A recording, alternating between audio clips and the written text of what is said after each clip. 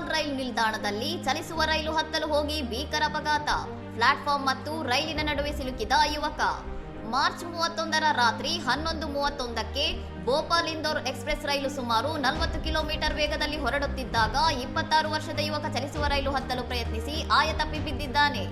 CCTV ಕ್ಯಾಮೆರಾದಲ್ಲಿ ಸೆರೆಯಾಗಿರುವ 14 ಸೆಕೆಂಡುಗಳ ಭಯಾನಕ ದೃಶ್ಯದಲ್ಲಿ ಯುವಕ ನಿಯಂತ್ರಣ ತಪ್ಪಿ ಪ್ಲಾಟ್ಫಾರ್ಮ್ ಮತ್ತು ರೈಲಿನ ನಡುವಿನ ಕಿರಿದಾದ ಅಂತರಕ್ಕೆ ಜಾರಿ ಎಳೆಯಲ್ಪಡುತ್ತಿರುವುದು ಕಂಡುಬಂದಿದೆ. ಘಟನೆ ನಡೆದ ತಕ್ಷಣ ರೈಲ್ವೆ ರಕ್ಷಣಾ ಪಡೆ ಮತ್ತು ನಿಲ್ದಾಣದ ಸಿಬ್ಬಂದಿ ಸಮಯ ಪ್ರಜ್ಞೆ ಮೆರೆದು ಯುವಕನನ್ನು ರಕ್ಷಿಸಿ ತಕ್ಷಣವೇ ಹಮೀದಿಯಾ ಆಸ್ಪತ್ರೆಗೆ ದಾಖಲಿಸಿದ್ದಾರೆ. ಅಪಘಾತದಲ್ಲಿ ಯುವಕನ ಸ್ಥಿತಿ ಗಂಭೀರವಾಗಿದ್ದು ಆತನ ಬಳಿ ಇದ್ದ ಮೊಬೈಲ್ ಫೋನ್ ಸಂಪೂರ್ಣ ಜಖಂಗೊಂಡಿರುವುದರಿಂದ ಗುರುತು ಪತ್ತೆ ಹಚ್ಚುವುದು ಪೊಲೀಸರಿಗೆ ಕಷ್ಟಕರವಾಗಿದೆ. ಪ್ರಾಥಮಿಕ ತನಿಖೆಯ ಪ್ರಕಾರ ಇದು ವೈಯಕ್ತಿಕ ನಿರ್ಲಕ್ಷ್ಯದ ಘಟನೆಯಾಗಿದ್ದು ಗಾಯಾಳು ಬಿಹಾರದ ನಿವಾಸಿ ಎಂದು ಶಂಕಿಸಲಾಗಿದೆ. ಸದ್ಯ ಜಿಆರ್ಪಿ ಪೊಲೀಸರು ಬಿಹಾರ ಪೊಲೀಸರ ಸಂಪರ್ಕದಲ್ಲಿದ್ದಾರೆ. ಇನ್ನಷ್ಟು ಸುದ್ದಿಗಳಿಗಾಗಿ ನೋಡ್ತಾ ಇರಿ ಸೌರಂ ಟಿವಿ.